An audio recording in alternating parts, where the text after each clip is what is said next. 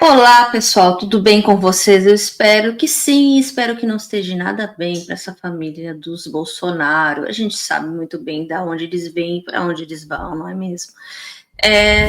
Bom, mas o Dudu não para, né? Ele está aqui nos Estados Unidos de orelha em pé depois da fala do Trump e também porque o Trump parece que não tem uma comunicação tão fluida assim como ele fala.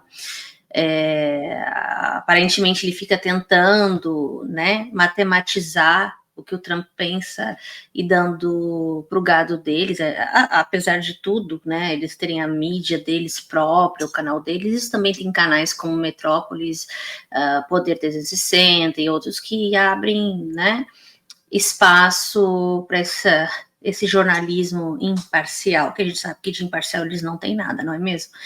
Enfim, eu vou fazer um react de novo, né? E lá vamos nós, né? Again, de novo. Então, assim, olha, gente, de novo tem que desmascarar ele. Ele não pode ficar falando isso em mídia aberta para todo mundo sem ter um react da população brasileira. Eu me considero população brasileira. Eu quero saber também o que vocês acham. Colocam aí no comentário. Vai ser longo, vai ser chato, mas necessário, porque a gente tem que desmascarar essa extrema-direita, tá bom, pessoal? E também com embasamento, né? Diferentemente deles que ficam criando fake news e fazendo ódio nas redes sociais, a gente mostra que o pau e a cobra morta. A diferença é essa, né? Vamos lá. No bom português. Então, tá aqui. Eu só cortei um pedacinho do começo, e que ele fala da esquerda, da Glaze, porque a Glaze se manifestou com a fala do Trump, tudo isso hoje, tá bom, pessoal? Vamos lá. Muito boa tarde, obrigada mesmo por estar aqui com a gente hoje.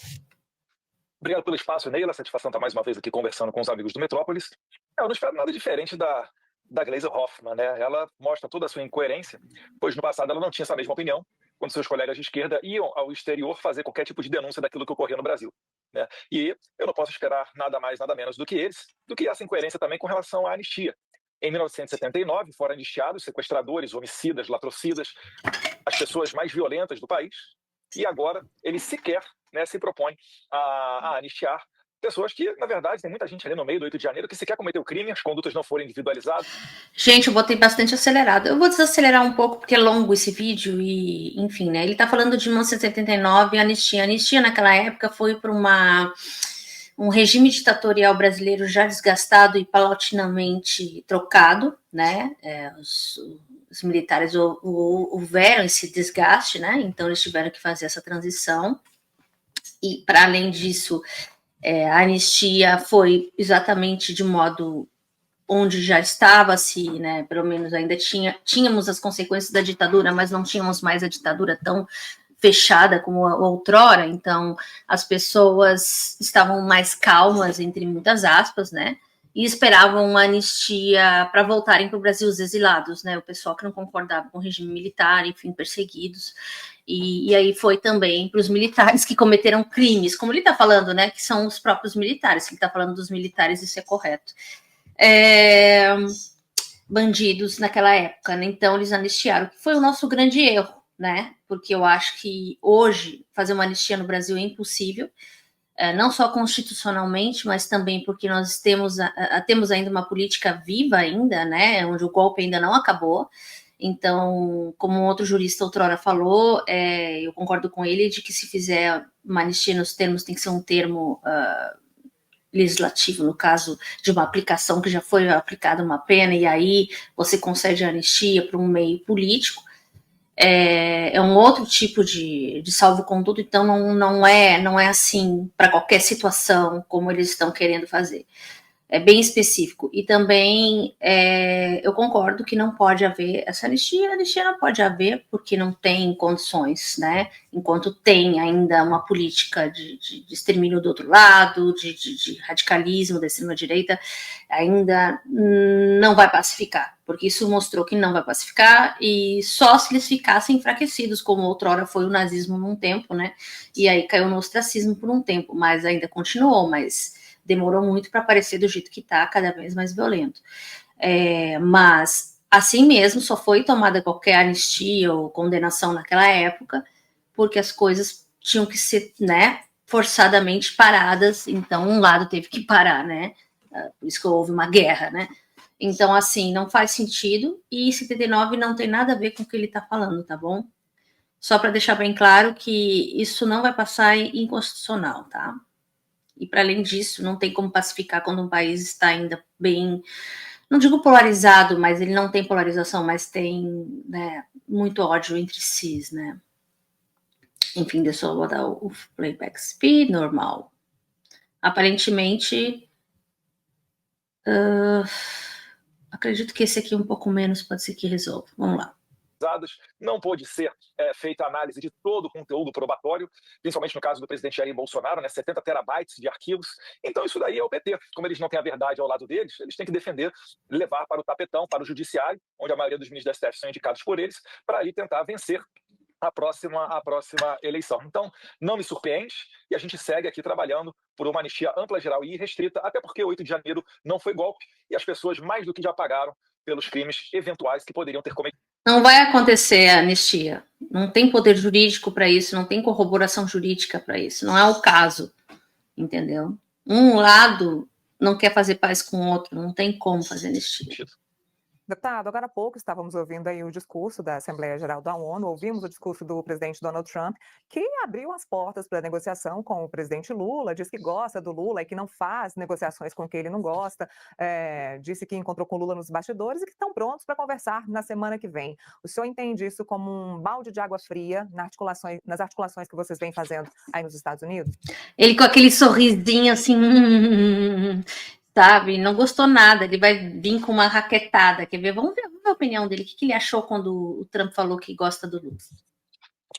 Negativo. Isso é prova de que o Trump tem uma estratégia. Se ele estivesse sancionando por sancionar, apenas por uma questão de vingança ou para fazer o mal àqueles que são violadores de direitos humanos, ele estaria a todo momento despejando a maior força possível nesse conflito. Então, ele fez aquilo que ele é acostumado a fazer, que é estressar a relação, para depois sentar-se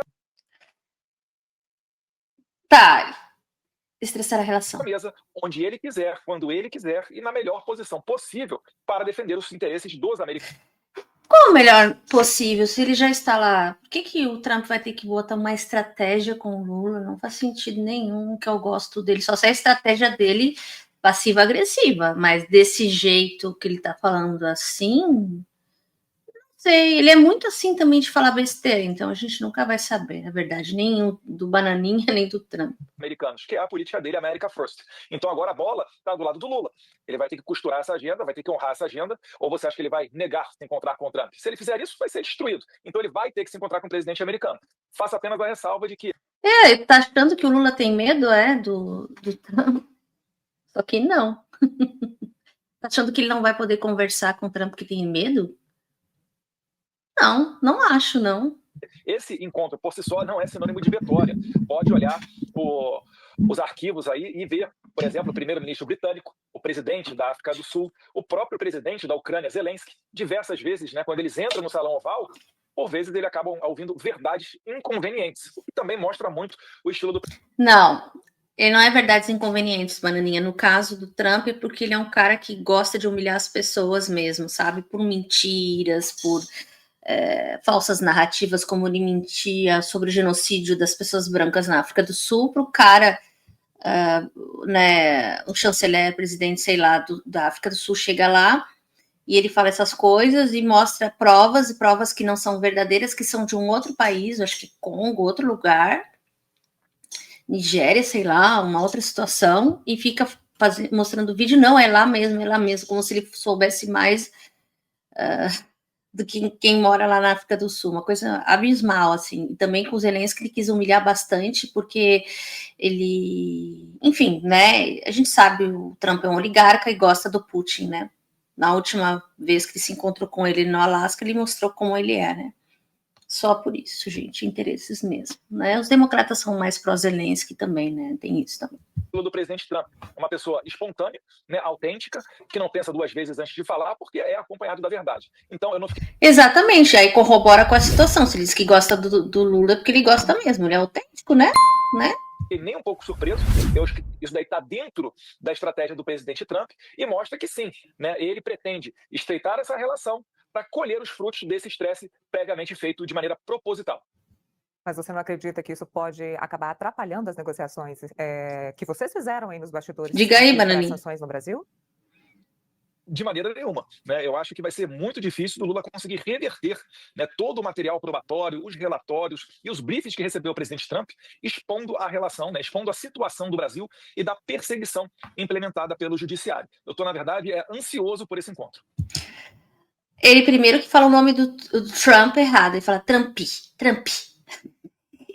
E outra coisa, ele tá esperando? Sim, tá esperando, porque aí ele pode tentar, né, enganar mais o gado com alguma coisa que vai acontecer, que sempre o Trump faz um choque, né, e dali ele tem já uma narrativa própria dele, né. O Trump humilha todos os países, gente, não é exclusividade do Brasil. O que vai ter nessa reunião? Na sua manifestação aqui na rede social, você fala sobre a questão de mais sanções, olha, vamos esperar mais sanções e vamos garantir a anistia ampla, geral e irrestrita.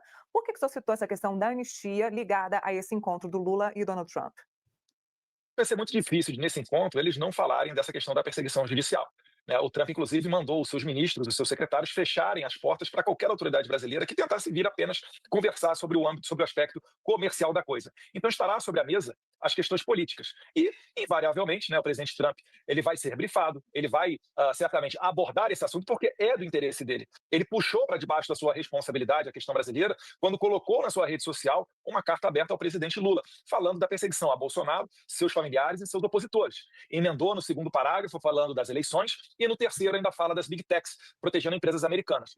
Vale ressaltar ainda, Neila, que se você for pegar o discurso do presidente Trump, ele fala da questão brasileira quase que simultaneamente, né, ou melhor, ele fala logo após mencionar o Brasil, ele fala da questão judiciária, né, da questão da perseguição, das caças bruxas. Só faltou colocar ali o CPF e citar nominalmente Jair Bolsonaro. Mas esse é um dos pontos que toca muito o presidente Trump, porque ele sabe que amanhã, quando ele não for mais presidente, ele pode vir a sofrer esse mesmo tipo de perseguição. Ele não tem o mesmo tipo de perseguição. Aqui nos Estados Unidos é a prova disso. Ele ganhou uma eleição, porque se tivesse funcionado, ele estaria preso. Ele já foi julgado, condenado e tudo mais. Então mostra que não funciona, né? Não funciona. Mas ele sabe que pela América aqui, né, nos Estados Unidos, saberem, né, pela essa experiência toda, pode ser que agora o cerco se feche para ele mesmo, quando ele sair do governo.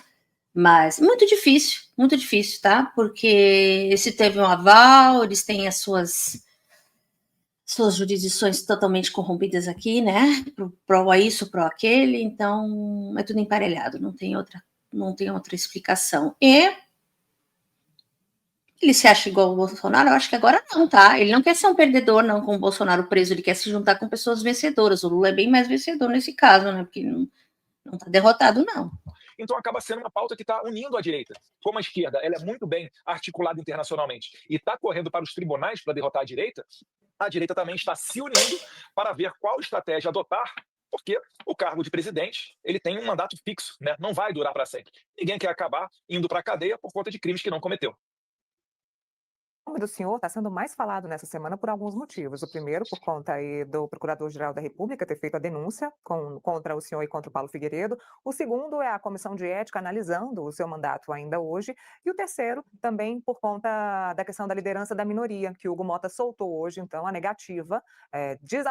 Foi hoje mesmo no CCJ que estavam decidindo como é que ia ficar a situação dele, se ele vai perder o mandato ou não, né? Então, Então, ele tá por um fio mesmo para cair fora. Aprovando o pedido do Sóstenes Cavalcante para que o senhor fique à frente da liderança da minoria. Eu vou falar sobre todos esses casos, mas só para a gente fechar tudo junto, se nada disso der certo e se houver uma condenação e uma inelegibilidade, a previsão é que o senhor continue nos Estados Unidos, mesmo que Donald Trump não esteja mais como presidente?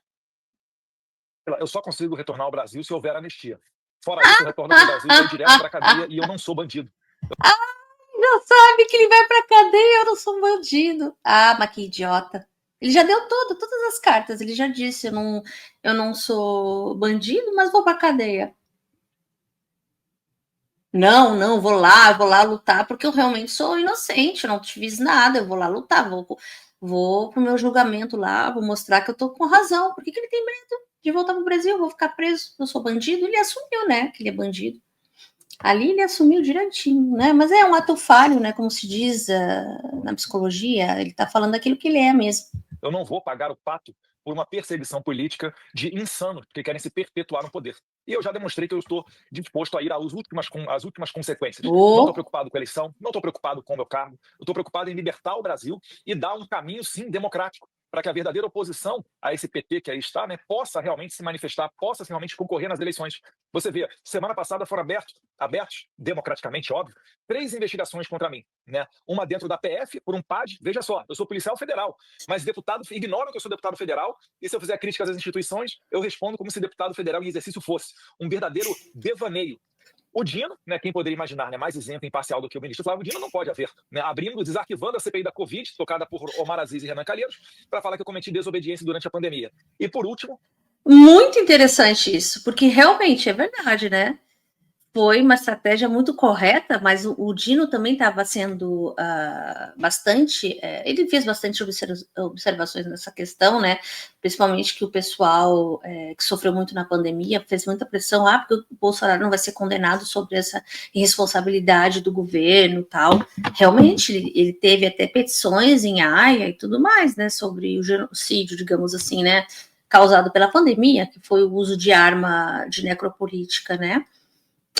Nossa, ele acha que agora o Dino tá contra ele. Não, é porque é um crime, né? Ele tá lavando toda a roupa suja que o Bolsonaro deixou. É consequência do governo de vocês, desculpa. Consequência. Vocês têm que ter responsabilidade. Ia cair junto com esses crimes todos. Tem uma pressão popular nisso já há bastante tempo. Foi o PAD, o Dino e a PF abrindo um outro inquérito por um outro motivo lá também, que eu já nem lembro mais o que é. Mas isso daí demonstra...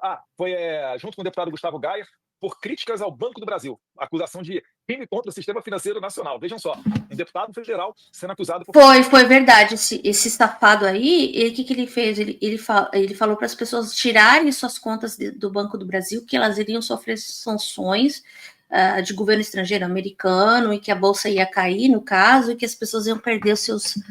ia ficar bloqueada, as pessoas iam perder suas contas. Isso aí foi uma enorme irresponsabilidade, porque as pessoas poderiam, em massa, assim, fazer fuga de capital do banco, né? E acabar com o banco. Isso é ilegal, inclusive é lei, sabe? Não pode fazer isso com instituições financeiras assim, entendeu? Não pode, é uma coisa meio que, né? Uma coisa meio que todo economista, todo mundo, ninguém faz esse tipo de estratégia aí. Ele fez uma estratégia realmente burra, né? Porque isso é um crime mesmo.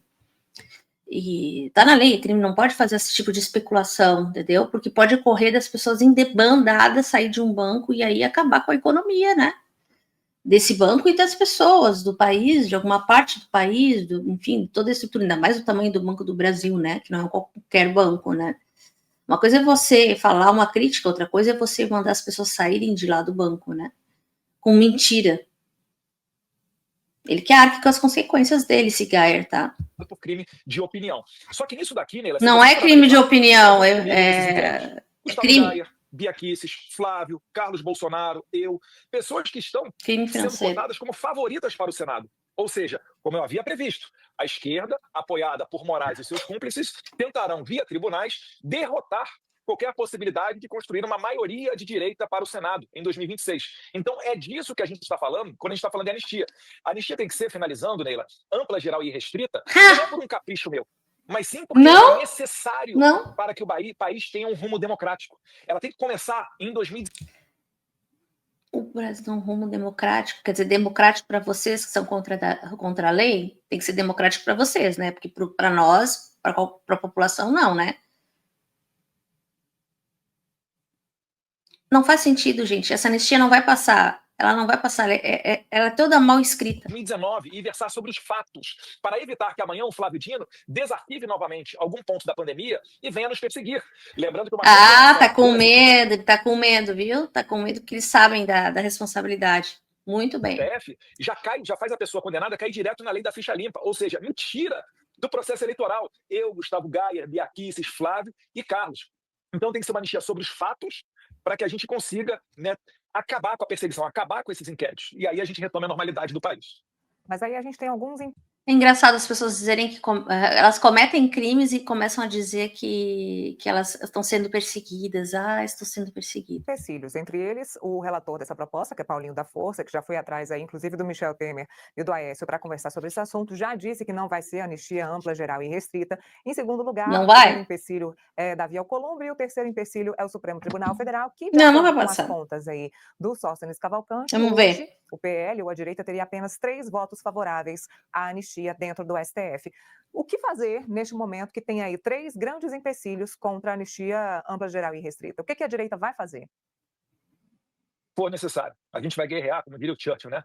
Na terra, no Xuxu. mar, nas praias, em todos os locais. Eu ficaria surpresa se o Paulinho da Força viesse falando que faria uma anistia ampla, geral e irrestrita. Aí sim eu ficaria desconfiado. Ele dizer que não vai fazer esse tipo de coisa, até dizendo que não se fará uma anistia, se fará uma dosimetria, isso daí é o que eu espero, né, de um deputado como o Paulinho da Força. Então, como há 6 meses atrás falavam para mim que era impossível pautar a anistia, e hoje a gente tem até o requerimento de urgência aprovado, agora cada dia é uma luta. Vamos lá, vamos conversar com o Paulinho, lembrando que o relator pode ser trocado, o que a gente pode fazer daqui de fora, quais são as pressões, quais são os mecanismos que a gente tem à mão, e assim a gente vai tentando construir os cenários para conseguir reverter esse tipo de coisa. Não faz sentido você acreditar, né, até que o STF vai barrar a anistia. Então deixa-os barrar.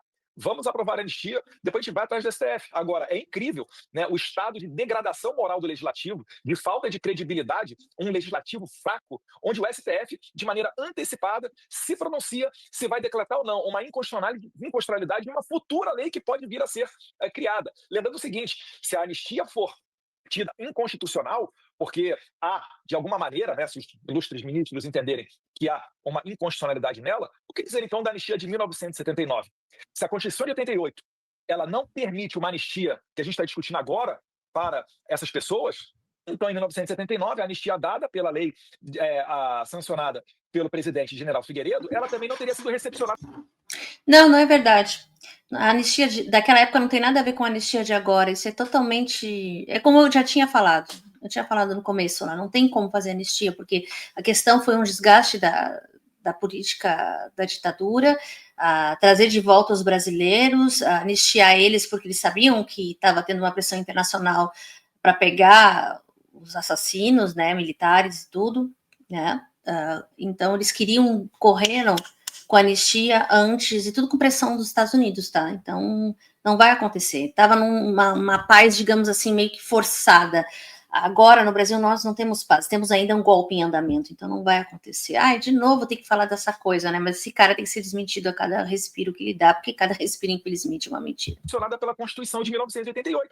Então nós temos que anular a anistia de 79 e começar agora a processar e condenar todas as pessoas que se meteram naquela. Deveriam.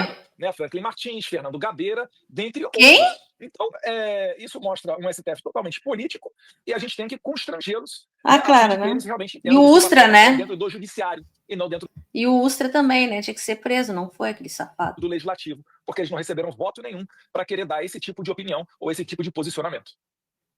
Falando em posicionamento e papel, onde é que entra o Hugo Mota nesse jogo, nesse xadrez todo? O Hugo Mota publicou hoje, anunciou hoje a negativa de que o senhor seria o líder da minoria. Essa estratégia aí foi uma estratégia criada pela direita para que o senhor pudesse continuar aí com seu mandato, com a saída da Carol de Tone da liderança da minoria. Mas ele disse que hoje não. E vale lembrar, eu gosto sempre de falar isso, que a época da campanha do Hugo Mota, ele foi consultar Jair Bolsonaro, foi consultar Valdemar Costa Neto e Arthur Lira acabou prometendo pautar a anistia em caso de apoio à candidatura do Hugo Mota. Isso de fato aconteceu. Mas a pergunta é, onde entra o Hugo Mota agora? Qual é o papel do Hugo Mota e qual é o posicionamento dele nesse momento aí, nesse jogo político? Hugo Mota é um refém do regime, né? Ele está sofrendo extorsão do ministro Alexandre de Moraes. A gente compreende isso, mas isso não isenta de críticas. Eu esperava mais coragem dele, né? Se ele poderia perfeitamente seguir o regimento interno da casa e avalizar a minha liderança da minoria. Mas ele prefere perseguir por entender que nós somos o lado mais fraco da força. Então o que a gente tem que fazer? A gente tem que levantar a temperatura em cima do Hugo Mota. Eu não tenho outra saída, né? Se ele está indo por esse caminho, eu tenho que seguir as ferramentas que estão aqui à nossa disposição. A primeira delas é denunciar esse descalabro. Ele, primeiro, não permitia que eu registrasse presença através do celular, sendo que nas quintas-feiras isso ocorre com muita frequência, as chamadas sessões virtuais, onde as pautas são consensuais e o deputado apenas marca presença e formalmente são aprovados projetos que todos os líderes concordam. Até nesse tipo de coisa, Hugo Mota veio a me perseguir. a não permitir que eu registrasse presença. Então ele está fazendo um esforço acima do normal, muito provavelmente para agradar o ministro Alexandre de Moraes, que inclusive mandou a sua Polícia Federal para a casa do pai dele, que é prefeito lá no Nordeste, para ameaçá-lo, e depois desse dia o Hugo Mota mudou da água para o vinho, né? O que antes era uma posição a favor da Constituição, a favor da anistia, aquele discurso que ele deu sensacional, né? Citando até Ulisses Guimarães na sua posse. Não é assim, não. O Hugo Mota a gente já sabe, todos nós sabemos, ele é muito fraco, e é por isso que ele não toma nenhuma decisão sem precaução, porque ele sabe que isso aí vai ser muito ruim para ele no futuro, porque isso não vai acontecer, não vai ocorrer uma anistia efetivamente, e também ele vai brigar com uma parte do Centrão, também tem isso. A gente sabe que ele é bem inexperiente na Câmara, né? Ele tomou atitudes bastante, assim, fracas, para dizer o mínimo, todo mundo sabe, né? Mas, enfim, e o Eduardo Bolsonaro, eu acredito que ele não tenha muita segurança, né? Sim, ele vai fazer tudo que tem que fazer. Eles não têm controle sobre esse cara porque justamente ele não faz o que as pessoas querem. Ele tem medo de agir em determinadas situações contra o Congresso. Então, e se o Congresso está em peso contra isso aí, ele vai perder, né? A liderança da minoria, com certeza. Porque a gente sabe que isso é só uma alternativa para segurar ele mais e prorrogar mais a situação dele. Ele deveria já perder o mandato há muito tempo, ser cassado, mas é isso aí, né? Eles ainda querem o PEC da blindagem, né? O PEC da bandidagem, né? Tem isso também, né? Porque daí isso aí ajuda eles se protegerem cada vez mais. Infelizmente é isso. Infelizmente não dá nem para confiar nem no presidente da Câmara. Posse, agora vai por água abaixo. Mostra-se um presidente com muita dificuldade dentro do parlamento, apela para a força, né, vai querer aí agora suspender esses parlamentares, mas né, a gente lembra que a esquerda, recentemente, quando ela chegou a ocupar, por exemplo, o plenário do Senado, nada aconteceu. A gente vai ter que sempre batalhar a favor de justiça, mesmo dentro do Congresso Nacional. Podemos esperar mais sanções de Donald Trump aqui para o Brasil? Vimos uma ontem, né? A esposa de Alexandre de Moraes, o ministro Alexandre de Moraes, foi punida aí com a lei Magnitsky. Podemos esperar mais sanções? Olha, eu não falo pelo governo americano, mas eles têm uma série, né, de instrumentos a serem utilizados quando eles bem entenderem aumentar a pressão. Vale lembrar, ontem foram várias autoridades de alto nível americanas, né, que se declararam a favor da medida dessas sanções e que entraram em campo para vocalizar isso, o que mostra um governo Trump 2.0 muito mais coeso e uníssono daquele que foi no primeiro mandato dele. Então, além do secretário Rubio, nós tivemos ali o secretário Scott Bessent, né, o 01 do Tesouro Americano, a pessoa mais influente no mundo quando se fala em política pública e econômica. Nós tivemos Christopher Landau, Darren Betty, várias outras pessoas do State Department, tudo replicado em português pela Embaixada Americana. Então, tudo isso daí mostra que o governo americano sabe o que quer e está... Não é o governo americano sabe o que quer, isso aí é só os compincha do Trump. Eu estava pensando que ele estava falando de todo mundo, da esquerda, da direita, tá todo mundo muito coeso aqui. Não, no way. Então, claro, né? Esse capacho do Trump está disposto a ir nesse sentido. Eu acredito que, a depender da reação brasileira, se continuarem respondendo isso com abertura de inquéritos, né, aumentando a temperatura da censura, aumentando a perseguição política, eu acho que os americanos tendem a seguir também com a temperatura alta. É a análise que eu faço do lado de cá. Sim. Alexandre de Moraes, quanto mais pressão vier do governo norte-americano, pior pode ser a condenação para o seu pai, para o ex-presidente Jair Bolsonaro? Isso não pode ser revertido dessa forma? O Alexandre de Moraes é um ser totalmente político, mas eu já sei que ele quer matar o meu pai. O Alexandre de Moraes só não mandará Bolsonaro para a Papuda se houver, né, uma influência mais forte do entorno dele. E eu não acredito nas promessas futuras do Moraes. Estou vendo nos corredores muita gente falando em acordos, deixa o Bolsonaro domiciliar até passar a eleição do ano que vem, depois vota-se uma anistia realmente ampla, geral e restrita, etc. Eu não tenho como confiar nas pessoas que em 2022, depois daquela carta do Temer, onde aparentemente o presidente Temer intermediou... De novo essa balela. Bolsonaro e Alexandre de Moraes, prometendo acabar com os inquéritos, e nada disso foi cumprido.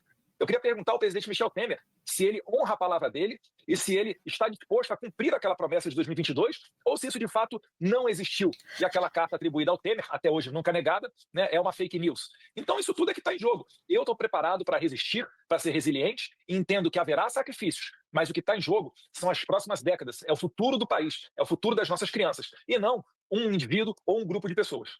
Acontece que ele fala que o Alexandre de Moraes vai matar o pai dele, tudo um drama que ele faz, porque ele sabe que o pai dele já tem uma doença, que o pai dele não quer ser preso, todo aquele drama, não quer ir para Papuda, não quer isso, não quer aquilo, né? Ele faz muitas, assim, muito devaneio nessa parte, ele faz bastante devaneio com relação a isso, e fica culpando todo Deus e todo mundo pro pai dele, né, pra prisão e não sei o que, e tudo. Eu acho que ele não tem nem dimensão de como é que os Estados Unidos está agindo com o Brasil, eu acho que ele não tem mesmo, ele perdeu completamente a direção, tanto que ele tem que ver através da mídia, né, o que está acontecendo no governo Trump para poder ter certeza de que as coisas estão caminhando coesas, né, e está apostando nisso. Mas a coesão, como eu falei, com os capachos do Trump, é claro que vão ter coesão, né? Cada um mais maluco que o outro. O ex-presidente Jair Bolsonaro também pensa da mesma forma, de que ele pode ser punido por conta dessas sanções de Donald Trump aqui ao país? Olha, Neila, se você perguntar para qualquer pessoa que está em cativeiro, é claro que ela vai querer evitar o mal pior, a promessa de mal pior perpetrada por aquele criminoso, né? Mas o Jair Bolsonaro, o que eu vejo? Ele é uma pessoa que é refém disso tudo. Ele não está em condição de tomar uma decisão. Me causa, assim, até espanto determinados políticos que falam que, não, Bolsonaro falou isso, Bolsonaro falou aquilo. Ora, né, são pessoas que só estão esperando, né? Elas vão lá, um criminoso bota uma arma na tua cabeça e fala: você quer isso ou aquilo? Ah, não, ele quer aquilo, então vamos respeitar que a vontade dele é livre. Não, Bolsonaro já está em cativeiro, né? É difícil de você medir o quanto de liberdade que ele tem nas tomadas de decisões e sequer se essas decisões estão realmente sendo tomadas pelo presidente Jair Bolsonaro. Ai, coitadinho do Bolsonaro. Bota aí no comentário aí embaixo. Coitadinho do Bolsonaro. Uma vez que ele está incomunicável. Eu gostaria, Neira, de até ter, né, a real medida daquilo que pensa o presidente Bolsonaro, mas desde antes da sua condenação, eu já estou impossibilitado de vê-lo democraticamente para o bem do Brasil por uma decisão do nada imparcial Alexandre de Moraes. Aquele mesmo que falou: temos que pegar o Eduardo Bolsonaro, nas matérias que o Glenn Greenwald publicou na Folha de São Paulo. Bom, com a denúncia ontem da Procuradoria-Geral da República, tem um prazo agora para sua defesa se manifestar, né? Um prazo de 90 dias, é isso? Se eu não me engano? Se eu for citado, Nila, eu ainda não fui citado de nada, eu estou dando conta de matérias da imprensa, tá? Mas se eles quiserem utilizar os canais formais, estarei aqui. Ou seja, não foi citado ainda. Eu não fui citado de absolutamente nada. Eles abriram um inquérito contra mim em maio, depois que o Marco Rubio disse que poderia sancionar o Alexandre de Moraes, numa audiência no Congresso americano, e desde então não vem nada. Só que meu endereço é certo e sabido. Todas as autoridades americanas sabem onde é que eu moro. Quando eu pego um voo aqui no TSA, eu passo meu passaporte. Quando eu entro aqui, eu falo com mais. Eu falo com o pessoal do Border Patrol. Todos eles, eu tenho que deixar registrado o meu endereço, tenho conta de água, luz, etc. Então, o Alexandre de Moraes, ao que parece, ele não quer me notificar. Ele vai tentar me condenar à revelia. Por quê? Porque, Neila, quando chega um expediente de um juiz estrangeiro aqui nos Estados Unidos, ele é recebido pelo DOJ, Department of Justice, né, da Penn Bond, e ela depois delega isso para o US Marshals ir lá bater na nossa porta para entregar a intimação. Só que ela faz uma análise de mérito, ela faz uma análise de requisitos mínimos para que seja cumprida essa determinação judicial estrangeira. E eu acho que o Alexandre de Moraes tem muito receio de que ele não consiga vencer sequer esses requisitos básicos, uma vez que ele já tomou um sermão dessa mesma DOJ, da Penn Bond, né, em maio, 7 de maio, quando ele recebeu uma carta aqui dos Estados Unidos, onde a Penn Bond dá uma aula sobre extraterritorialidade, o Alexandre de Moraes, dizendo que ele não pode obrigar uma empresa americana, no caso a Rumble e a Truth Social, a cumprir determinações da justiça brasileira, e assim por diante. Então, o Moraes, O Moraes está fazendo certo, porque o estrangeiro tem que arcar com as consequências no país onde ele se instalou. É lógico que ele pode fazer qualquer coisa nesse sentido se eles não cumprirem com as obrigações com as leis brasileiras. Eles têm que cumprir as leis brasileiras. Empresa estrangeira no Brasil está dentro do Brasil. Justo. Só que eles estão reclamando, liberdade dos Estados Unidos. Que importa a liberdade dos Estados Unidos aqui, entende? Não tem nada a ver, né? Só porque elas são americanas. Não, elas têm. E conforme a música, né? O Facebook, por exemplo, tem alguns países que ele é mais restrito que outros, porque ele sabe onde ele pode ir. A mesma coisa, o Brasil quer sancionar a lei do controle das redes sociais, da internet e tudo mais, no sentido de fazer com que essas empresas se responsabilizem, né, pelas situações que ocorrem na internet através das suas redes, né? E elas não querem ter uma filial lá, elas não querem, sabe, ser responsabilizadas de nada, elas querem lucrar com o ódio, com as fake news, com todas as mentiras, mas não querem arcar com as consequências, né? Não, foi o usuário que botou, não é minha culpa. Como não? Por que elas não podem controlar? Porque dá dinheiro, entendeu? O Moraes fez muito certo, ele fez muito certo, essas Rumble da vida aí, e tudo mais, tem que cumprir as leis do Brasil, sim. Ser livre, leve e solto para cometer suas violações de direitos humanos, ao que parece, só mesmo no Brasil. Aqui no exterior, ele não tem vez, seja nos Estados Unidos, na Argentina ou na Espanha. Deputado, o que esperar da família Bolsonaro para as eleições de 2026? A gente está vendo o Centrão se movimentando de uma forma muito agressiva agora. União e PP deixaram o governo Lula, estão mais próximos aí da centro-direita, batalhando por um candidato aí à presidência da República, que muito provavelmente deve ser o governador Tarcísio. A gente já tinha falado isso em uma outra oportunidade, mas o nome de Tarcísio continua hoje sendo mais forte para substituir o ex-presidente Jair Bolsonaro. Inclusive, Tarcísio já conseguiu na justiça uma data para visitar seu pai em casa. A gente pode esperar que a família Bolsonaro ela apoie Tarcísio, ou você continua mantendo o seu posicionamento da nossa última entrevista? Eu vou manter o meu posicionamento da última entrevista. Né? Ah, Eu claro. estou na impossibilidade de Jair Bolsonaro candidato a presidente da República. Né? É por isso que o sistema corre e se apressa para tentar me condenar em algum colegiado, aí, seja da primeira turma do STF, para tentar me deixar inelegível. Só que o principal, Neila, não é a família Bolsonaro participando na política, Ah, mas não? sim a consciência que a gente deixa na cabeça de cada pessoa. Não é encarcerando o líder de um movimento que você acaba com o movimento. As pessoas não vão, né, depois de descobrir a verdade, depois de ver como é que funcionam as engrenagens de Brasília, voltar a trabalhar de maneira serviçal para sustentar um regime que não lhes serve, né, pagando altos impostos para que uma casta viva no luxo e eles sem oportunidade. Então isso daí é o principal, é nessa força de consciência que eu acredito para libertar o Brasil, e a eleição, ela só me coloca num cargo com um pouco mais de poder, né, com o poder da caneta, para fazer algumas coisas que os cidadãos não podem, como articular projeto de lei, propor projeto de lei, fazer destinações orçamentárias. Fora isso, todos nós somos iguais. E o movimento liderado por Jair Bolsonaro é perene. Mesmo após, quando Bolsonaro vier a falecer, por muito tempo, a gente ainda seguirá colhendo os frutos dessa verdade libertadora liderada pelo presidente Jair Deus Bolsonaro. me livre. Se não houver essa possibilidade de o senhor se tornar inelegível por conta de denúncia da PGR, por conta de cassação do mandato na Câmara dos Deputados, enfim, por conta de vários motivos, se o senhor estiver inelegível, a gente pode esperar que Eduardo Bolsonaro apoie Tarcísio de Freitas? Olha, se eu estiver inelegível, porque eu fui condenado pela minha atividade nos Estados Unidos, eu acho provável que os Estados Unidos não reconheçam a eleição do Brasil.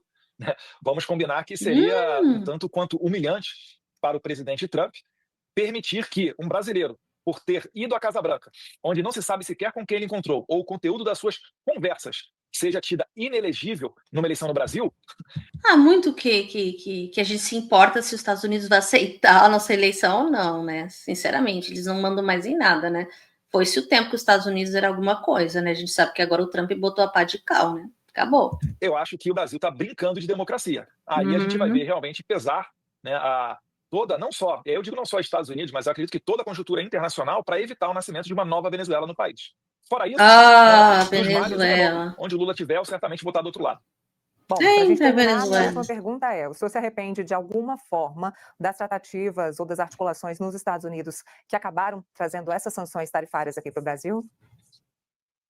De maneira nenhuma. Né? Claro que não. Por tarifas, essa foi...